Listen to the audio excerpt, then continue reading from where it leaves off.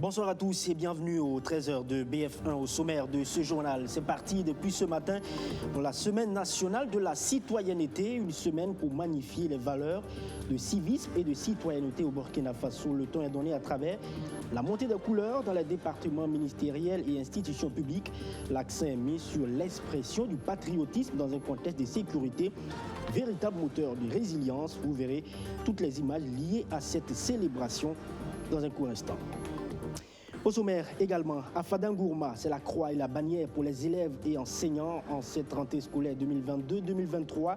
Des salles de classe surchargées, des élèves assis 3 par 3, difficile de suivre et prendre convenablement des notes. On parle d'au moins 100 élèves par classe et cela à cause des élèves déplacés internes qui ont trouvé refuge dans la capitale de l'Est.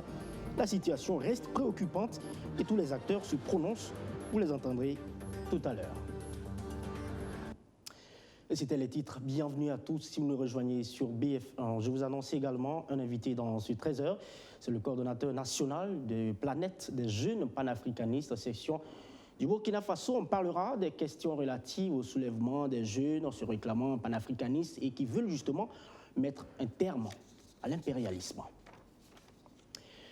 Nous sommes aujourd'hui 24 octobre 2022 et à compter de ce jour jusqu'au 27 octobre prochain se tienne la 19e édition de la Semaine nationale de la citoyenneté. Et comme à l'accoutumée, c'est une occasion de faire la promotion des valeurs de citoyenneté et de paix, mais aussi s'attacher les valeurs d'intégrité, de liberté du peuple burkinabé qui vit aujourd'hui dans un contexte d'insécurité grandissant. Le temps est donné avec la montée des couleurs au ministère de la Justice ce matin.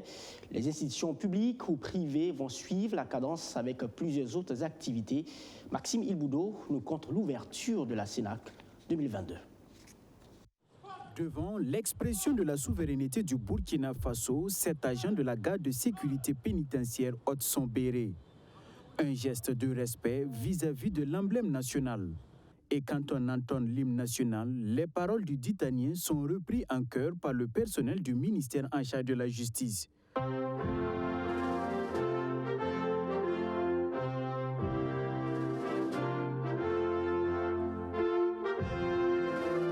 Les yeux tournés vers les couleurs nationales, chacun se remémore les sacrifices consentis par les devanciers au prix des échecs, des succès, de la sueur et du sang qui ont fertilisé la lutte héroïque du peuple.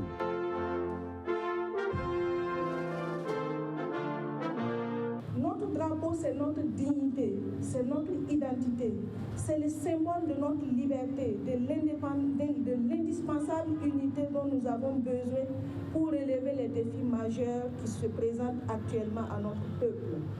Les armoiries, quant à elles, nous rappellent la noblesse du peuple burkinabé et nous engagent à la vigilance et à l'action pour défendre avec bravoure et dans l'union notre chère patrie.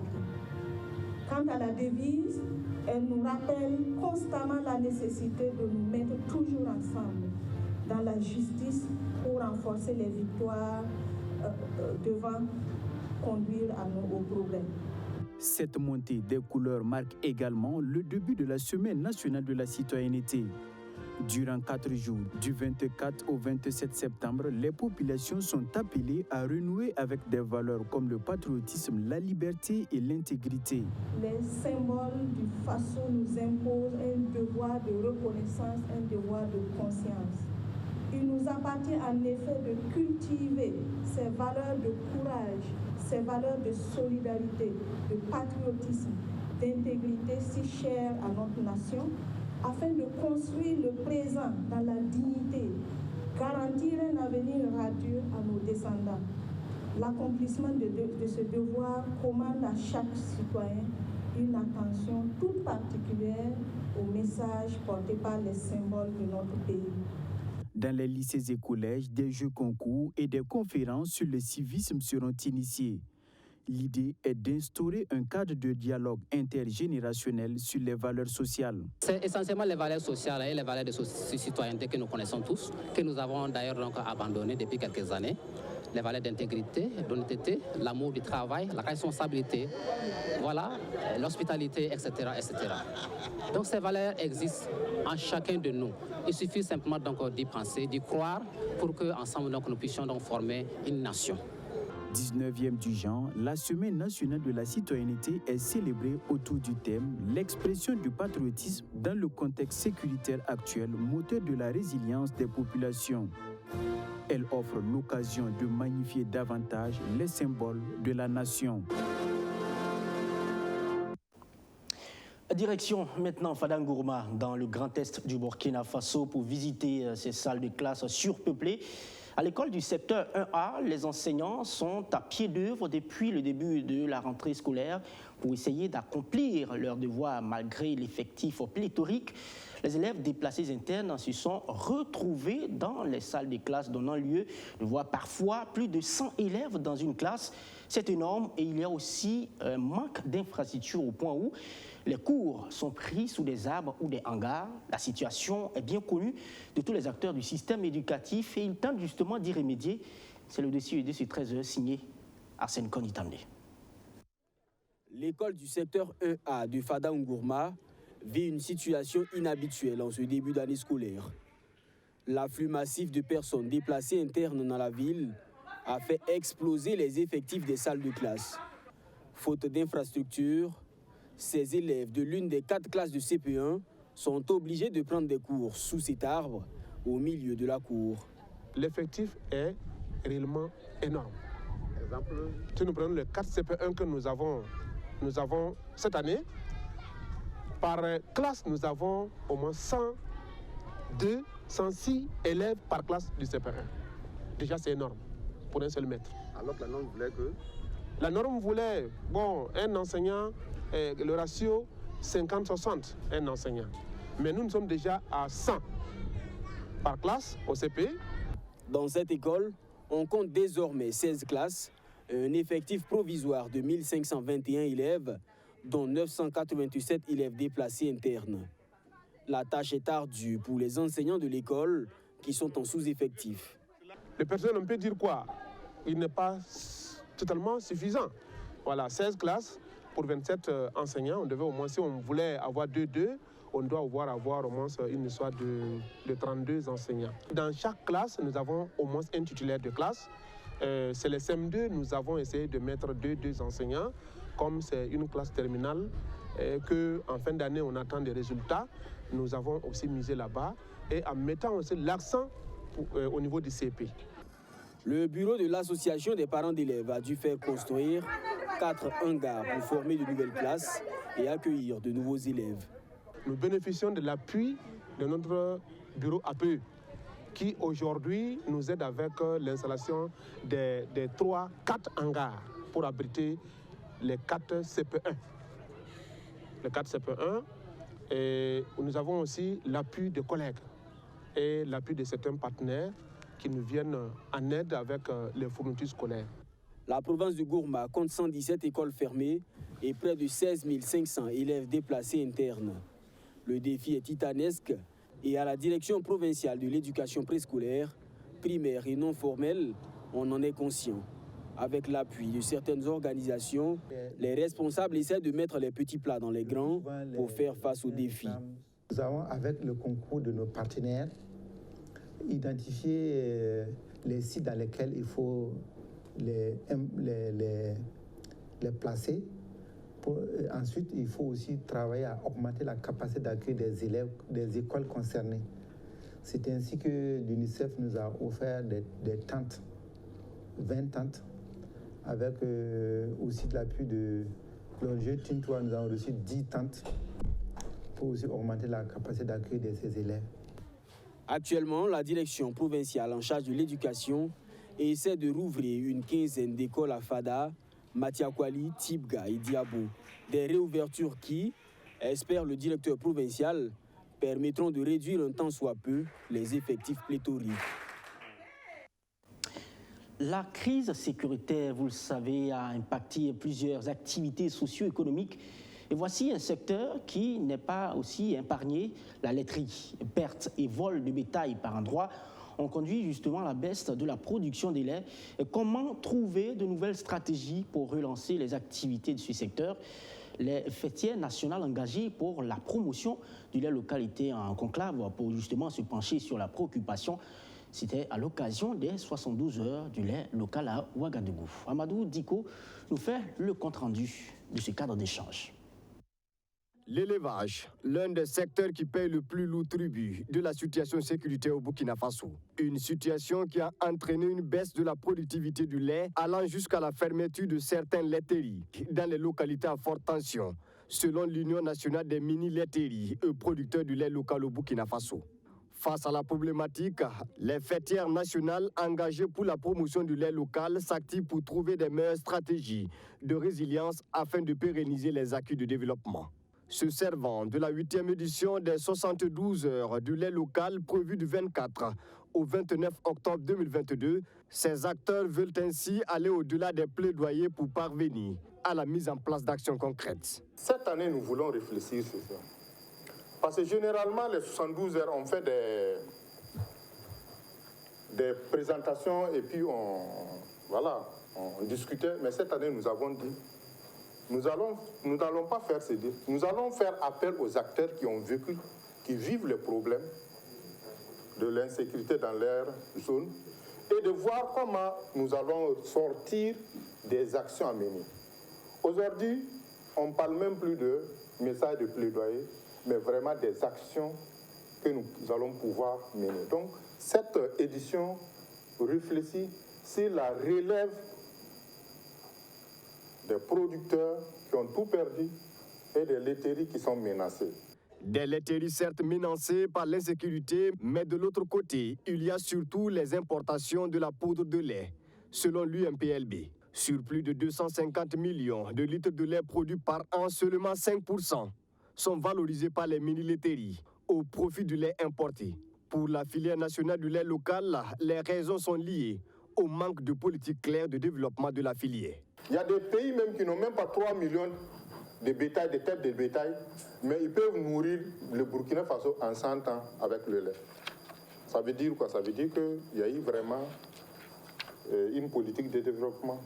L'organisation de ces 72 heures du lait local à Ouagadougou devra donc servir de cadre pour ces hommes et femmes du domaine de l'élevage de passer en revue toutes ces difficultés auxquelles ils font face. Une activité couplée avec un congrès dénommé Lait équitable Afrique de l'Ouest qui verra la participation de plusieurs acteurs venus d'autres pays. Et c'est un pays qui veut se positionner comme la première puissance mondiale.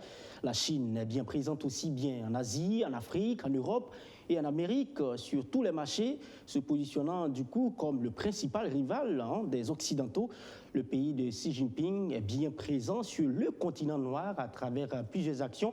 Et il compte y rester. L'idée était abordée au 20e congrès du Parti communiste chinois. Et nous avons posé la question à nos confrères de La Voix d'Amérique dans notre programme Washington Bureau la semaine dernière. Et voyons les explications que donne Abdourahmane Dia, interrogé par Mamounata Kabori.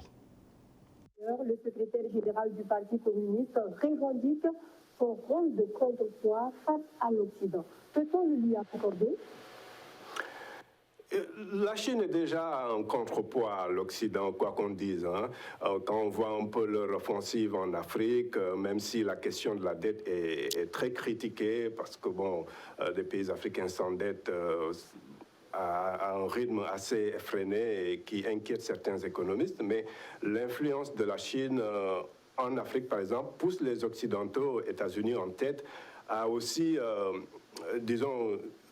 effectuer un grand bond en matière d'investissement et d'être plus présent sur le continent. Et je pense que c'est aux Africains d'en tirer profit. Il faut ouvrir la porte à tout le monde, mais s'assurer que le jeu se fasse sur les termes des Africains et ne pas juste être un ballon de football où tout le monde vient jouer. Et je pense que c'est une bonne opportunité pour les Africains.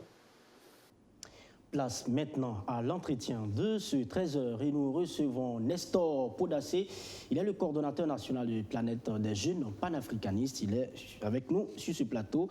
Nestor Podassé, bonsoir. Bonsoir. Et merci de nous rejoindre sur le plateau de BF1. Dites-nous tout de suite, pour commencer, Planète des jeunes panafricanistes, quelle est justement sa mission première quand elle a été mise sur pied? Et merci pour l'invitation. Planète des jeunes panafricanistes, sa mission première est de redonner l'Afrique aux Africains, qui est d'abord lutter pour sa souveraineté, parce que nous ne sommes pas encore indépendants, nous sommes dans une guerre d'indépendance. Et deuxièmement, lui donner sa souveraineté monétaire, sa souveraineté sécuritaire, produire le Made in Africa. Je suis habillé en façon d'Anfani. Produire africain, transformer africain, consommer africain, comme notre regretté Thomas Sankara nous a toujours enseigné. Et maintenant aussi, c'est-à-dire réformer le système éducatif qui n'est pas adapté, faire la promotion de nos langues locales. Parce qu'aujourd'hui, nous sommes en train de parler en français. C'est triste que toi et moi, on parle en français alors que ce n'est pas notre langue d'origine. Pourquoi on ne pourrait pas parler en moré, ou bien en djoula, ou bien en fulfulde, ou bien en gourmachema, ou bien en lobiri? Mais nous sommes en train de parler avec une langue importée, qu'on dit c'est langue officielle alors que ce n'est pas langue du terroir. Donc pour nous, il faut revenir à nos valeurs. Donc voici un peu de façon résumée, sinon il y en a encore plus, beaucoup plus détaillés. D'accord. Voilà. D'accord. Justement, avec votre mouvement, comment vous avez assisté à ces derniers événements avec le changement de personnalité à la tête de l'État où on a constaté plusieurs jeunes sortis dans les rues, parfois brandissant le drapeau russe pour dire non à la France? Comment vous, en tant qu'organisation de la société civile, avez suivi toutes ces manifestations-là? La jeunesse aujourd'hui veut un vrai changement dans le sens du terme, parce que vous vous rappelez, en fin août 2022, l'ancien Premier ministre Albert Ouedraogo avait dit « Cette jeunesse est une jeunesse décomplexée, qui n'a peur de rien et elle veut un vrai changement ». Donc, ça veut dire qu'aujourd'hui, la jeunesse veut un vrai changement. Un leader qui ne s'inscrit pas, un dirigeant qui ne s'inscrit pas dans cette dynamique sera toujours contesté par cette jeunesse. Ça, c'est clair et net. Et comme la jeunesse voulait un changement et que Damiba avait dit qu'il n'est pas dans l'élan révolutionnaire, raison pour laquelle cette jeunesse a dit, bon, nous, on veut un révolutionnaire, on va sortir des partis et un révolutionnaire va venir. Et c'est pourquoi nous, en tant que jeunes, nous sommes organisés, nous sommes mobilisés pour vraiment accompagner le changement. Et nous pensons que celui qui est là, s'il fait de cette jeunesse sa boussole de gouvernance, il va réussir. Parce que la jeunesse veut vraiment un changement. On veut rompre avec les vieilles habitudes. Parce que la France dit qu'il est là depuis plus de 60 ans d'indépendance, alors que c'est une fausse indépendance masquée. C'est pourquoi les jeunes qui sont pour manifester et qui brandissent les drapeaux russes ne veulent pas dire qu'on veut remplacer le drapeau russe par le drapeau burkinabé. Non, c'est pas ça. Mais la plupart, moi-même, je n'ai jamais brandi de drapeau russe. Je sors avec le drapeau du Burkina. Mais j'ai causé avec ceux qui brandissent le drapeau russe. Ils m'ont dit non, nous, on n'est pas là à l'école. Toi, tu peux t'exprimer en français. Nous, on ne peut pas s'exprimer. Donc, nous, on soulève le drapeau russe pour dire aux dirigeants, allez-y, changez de partenaire. C'est tout. Voici le message qu'on veut faire passer. Voilà, donc parce qu'ils se disent que le partenariat avec la France ne nous a pas permis d'être indépendants militairement, ça ne nous a pas permis d'être indépendants économiquement, ça ne nous a pas permis d'être indépendants culturellement, parce que nous sommes déculturés, n'oublions pas cela, alors que nous, nous luttons pour revenir sur nos valeurs culturelles, militaires, économiques. Donc c'est pour ça que la jeunesse dit il faut finir avec l'ancien partenaire, il faut aller vers le nouveau partenaire qui sera un partenaire sincère qui va nous faire un partenariat gagnant-gagnant. Vu que les gouvernants passaient au temps de Roch, on a commandé des avions, donc la France a bloqué. Tout ça, ça énerve la jeunesse à la base. La même France se permet pour sortir, nous sommes des idiots inutiles. Et utile, c'est pourquoi nous l'insultons sur les réseaux sociaux. Il sort encore pour dire que oui, nous sommes, c'est une guerre civile entre communautés, c'est une guerre communautaire, c'est une guerre civile. Et en même temps, il monte les supporters de Damiba pour aller agresser les autres qui doivent se réunir naturellement, pacifiquement. Est-ce que vous avez justement les preuves de ce que vous avancez, il a monté des jeunes affiliés à Damiba? C'est ce qu'il dit et les actions qui suivent. Moi, c'est un fait. Vous êtes de la presse. Vous avez vu ce qui s'est passé quand l'ambassadeur a commencé à faire ses déclarations incendiaires.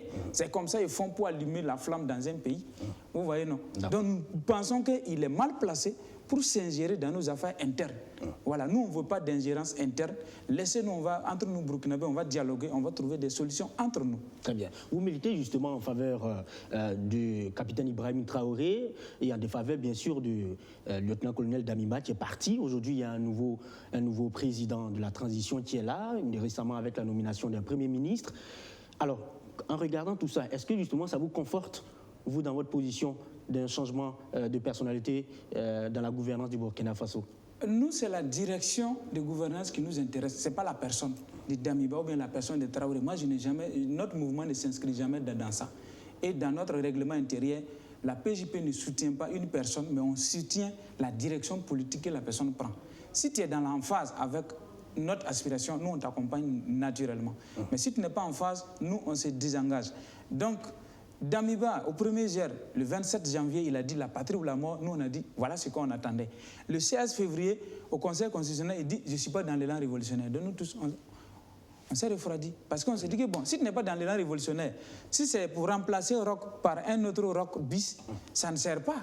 Parce que nous, on veut du nouveau. Voilà, la jeunesse veut du nouveau. Et cette jeunesse, elle s'identifie aujourd'hui beaucoup plus à Sankara. Très bien. Parce qu'on n'a pas connu Sankara, nous, on veut découvrir. Autant de Sankara, là, qu'est-ce qu'ils ont vécu? Même si ce n'est pas à 100% ce qu'on va vivre aujourd'hui, mais nous voulons goûter au moins au vrai changement. Sinon, le système classique que nous, on connaît là, la démocratie imposée par l'impérialisme, nous, on trouve que ce n'est plus adapté. Il faut aller, comme il a dit, le capitaine Ibrahim Traoré a dit quelque chose qui a marqué la jeunesse.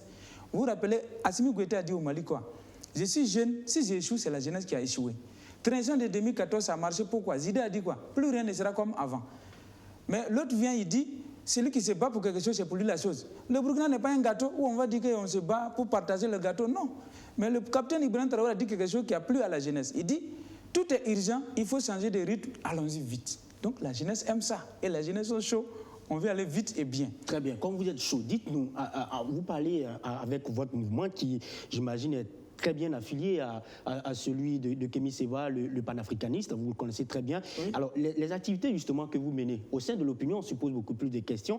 D'où est-ce que vous trouvez tous ces financements-là pour pouvoir mener vos différentes activités? C'est la volonté. Sinon, nous, on n'a pas de financement sérieux. Les services de renseignement sont là, ils peuvent vérifier. Nous, on n'a pas de parrains politiques.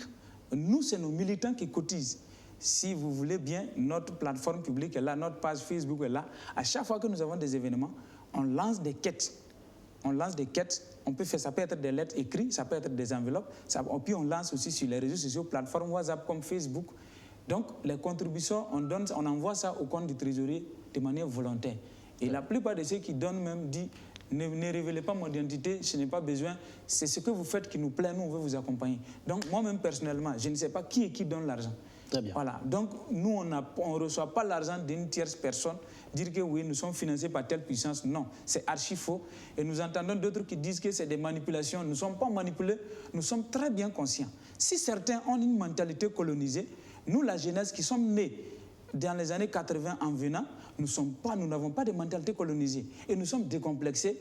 Nous ne pensons pas qu'autre race est plus supérieure qu'à nous et que nous devons nous traiter d'égal à égal. Quelqu'un qui ne nous respecte pas, il ne mérite pas aussi notre respect. Le respect doit être réciproque. Très bien. Merci. Pour justement vous laisser partir avec cette dernière question, je voulais justement avoir votre avis, votre analyse sur ces différentes OSC qui pullulent et qui foisonnent un peu partout au Burkina Faso et qui ont parfois des divergences d'opinion et qui ne vont pratiquement pas dans le même sens quand on parle de la vie de la nation. On a vu avec des notes qui sont sorties où les médias même ont décidé de ne plus couvrir les différentes activités. Est-ce que vous pensez que toutes ces OSC qui sortent là viennent justement pour mener un combat pour la survie de la nation burkinabé? Bon, vous savez, on dit que partout où vous êtes, il y a des brebis galeuses. Hein. Voilà, et n'oubliez pas aussi qu'il y a l'infiltration. Voilà, donc il y a tout ça qui est là. Sinon, ceux qui sont là pour la nation, on dit, vous reconnaîtrez l'arbre par ses fruits. Donc, les actions qu'ils posent sur le terrain, quelle est leur idéologie, quelle est leur vision, à travers ça, vous-même qui êtes des médias, vous pouvez les détecter. Mais maintenant, s'il se dit OSC, nous, on ne peut pas les empêcher. Nous ne sommes pas OSC naturels, nous sommes des mouvements panafricanistes. Nous luttons pour la souveraineté du Burkina Faso et de l'Afrique tout entière. Donc la PJP est présente dans 54 pays d'Afrique et dans sa diaspora. Donc nous, on ne peut pas se comparer avec une OSC qui est née, qui couvre au niveau provincial ou régional ou bien national uniquement. Nous, nous sommes internationaux. Donc, nous, notre vision, avec peut-être ceux qui sont au plan local, qui sont des caisses de résonance des partis politiques, on n'en voit pas les choses de la même façon. Nous pensons que le patriotisme, l'amour de la patrie, l'amour du continent prime surtout d'abord. Voilà, c'est ça, nous, on dit chez nous. Notre devise, c'est trahir la vérité, c'est trahir Dieu.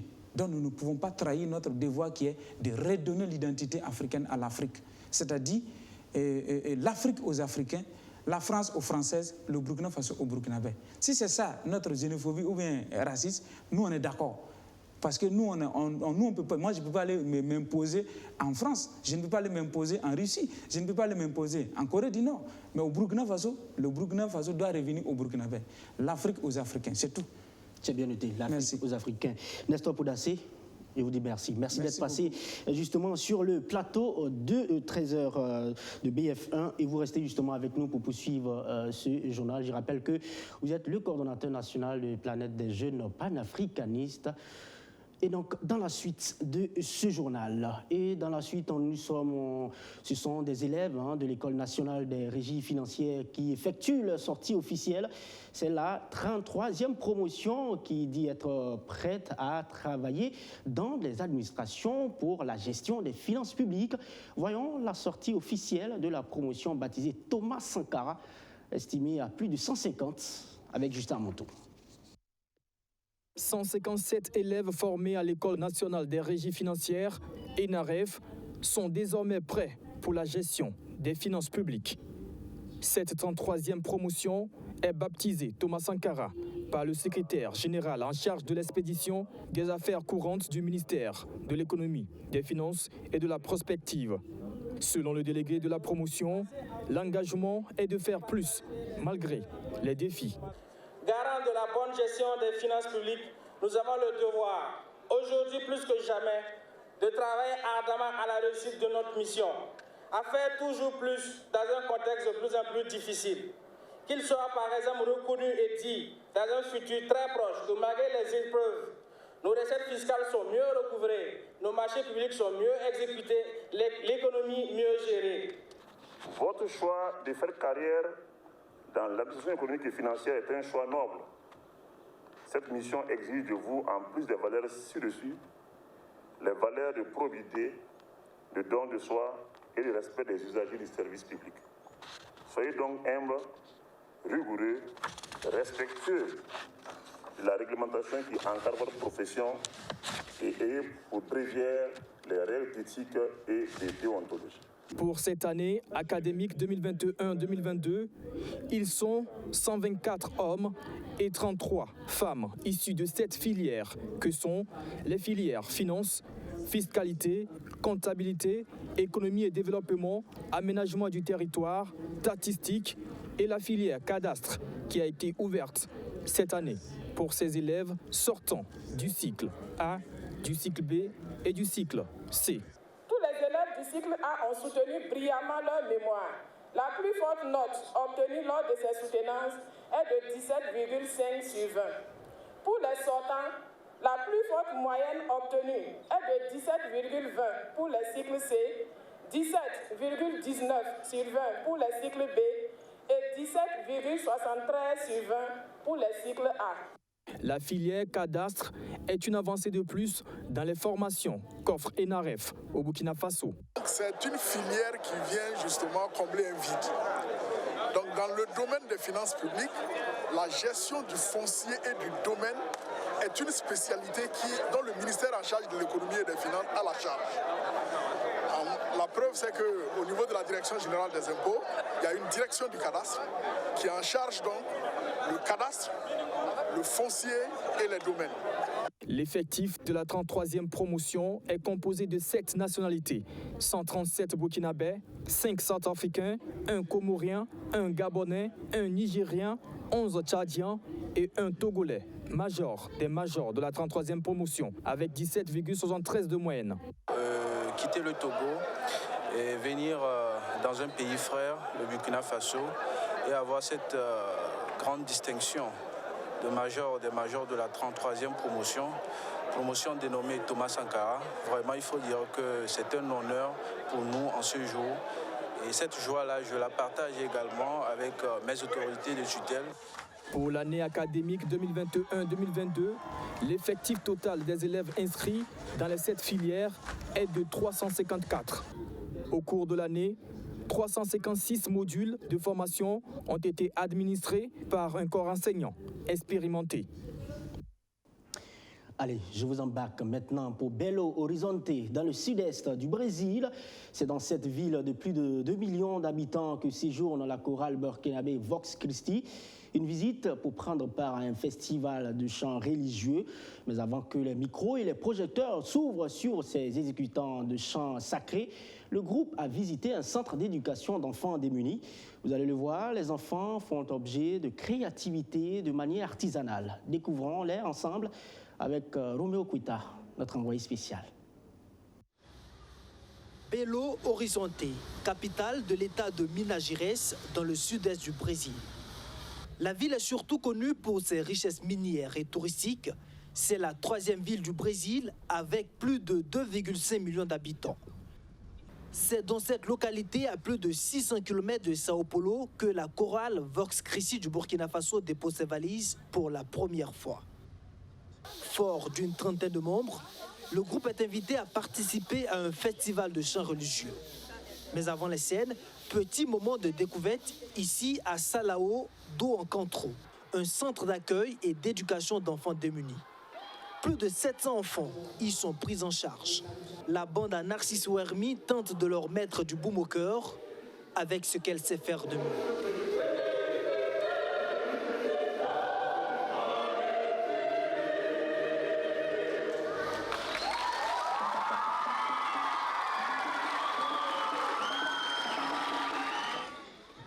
Ici, les enfants sont repartis dans les différentes disciplines éducatives par catégorie d'âge. Dans cet atelier, ils apprennent la filature.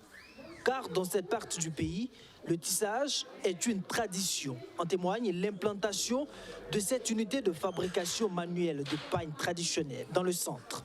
Ces femmes constituent une association, produisent, vendent les produits finis et reversent une partie des bénéfices pour le fonctionnement de ce centre social qui vit en grande partie grâce aux dons. Hormis le travail du fil, il y a aussi les activités ludiques, la lecture et surtout le chant.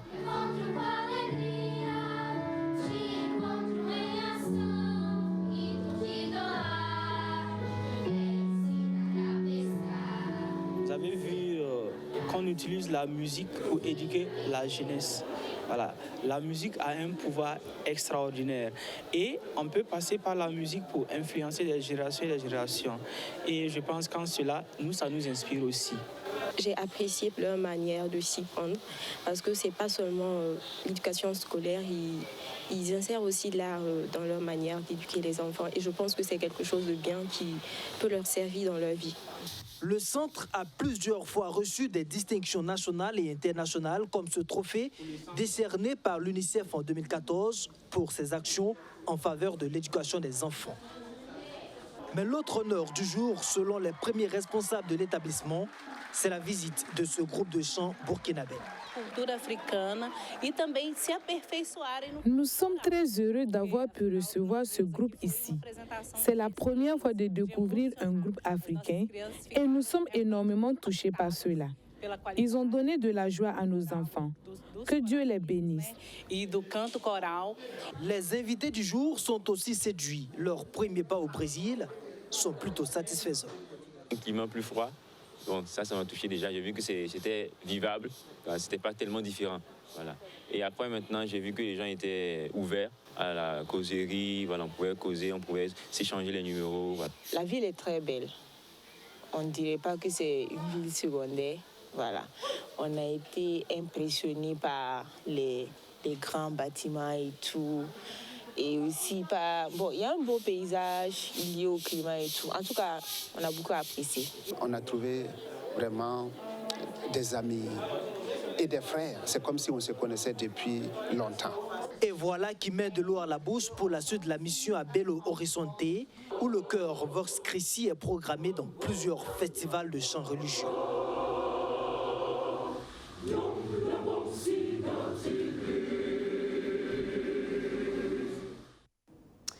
Revenons en Afrique et nous marquons une escale à Bamako pour assister au festival culture traditionnelle, une rencontre pour promouvoir tous les objets qui ne sont pas liés au modernisme.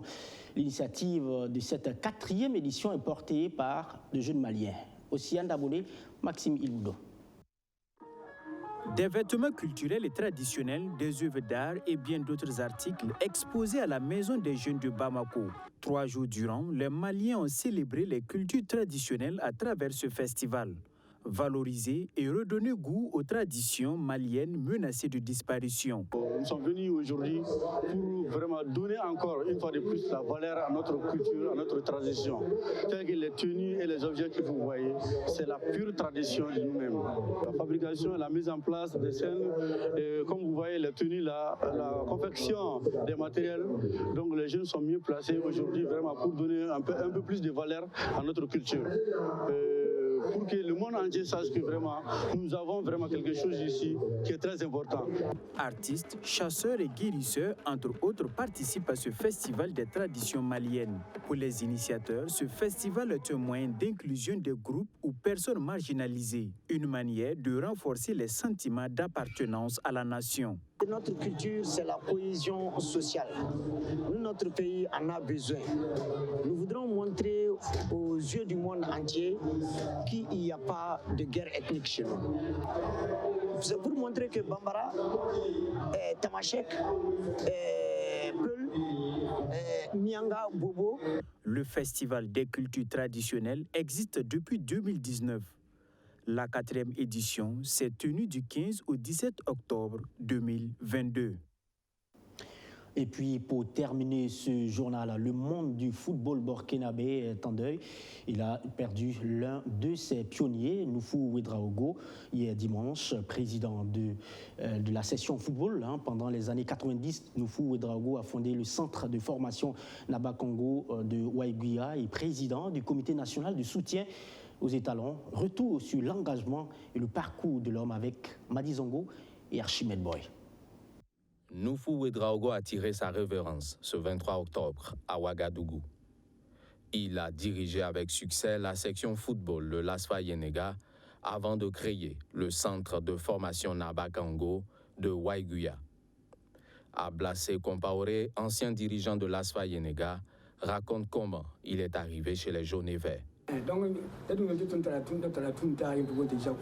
En 1989, mon ami Isaka Kouraogo, qui a connu Noufou Ouedraogo en Côte d'Ivoire, a attiré notre attention sur sa passion pour le football.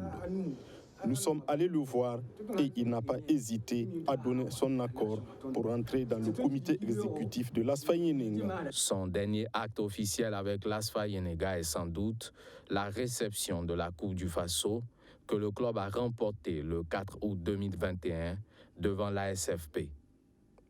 Mais Noufou aurait été plus heureux, dit-il, si c'était face au grand rival de la capitale. Remercions Dieu pour ce succès face à la SFB. Mais nous nous réjouirons plus si c'était face à l'étoile filante de Ouagadougou. La rivalité née en 1960 a sans doute atteint les sommets quand Raymond Georges Marchal dirigeait l'EFO. Ce dernier témoigne qu'ils sont restés de grands amis, voire des confidents. La première personne qui m'a engueulé comme un enfant quand j'ai démissionné de l'EFO, c'est Noufou. Vous savez, Noufou a été une fois hospitalisé aux États-Unis, on devait l'opérer. Avant d'entrer dans le bloc, il a dit « j'ai oublié quelque chose ». Vous savez ce qu'il avait oublié? De m'appeler pour me dire qu'il doit se faire opérer. Et que s'il mourait sur la table d'opération, qu'il faudrait que ce soit moi qui l'accueille à l'aéroport et dirige tous les travaux de son enterrement jusqu'au discours. Et cette fois, c'est la même chose. Il m'a dit, mais je ne croyais pas. Et le Burkina perd aujourd'hui un très grand sportif. Les avis sont unanimes. Noufou Ouedraogo a servi le sport burkinabé d'abord et l'ASFA Yenega ensuite. Moi, personnellement, je ne peux pas oublier Noufou Ouedraogo parce que, en étant même à l'USO, et que j'étais le meilleur buteur du championnat national, et Noufou Ouedraogo m'a fait appeler pour m'envoyer à Montpellier. Un grand homme du sport. Je dis, El Hadji Noufou a beaucoup contribué au développement et à l'épanouissement de notre sport. Un grand baobab est tombé. Vraiment, c'est une tristesse et une peine vraiment inestimable. Noufou Ouedraogo repose désormais à Waiguya, la ville qu'il a vu naître il y a 81 ans.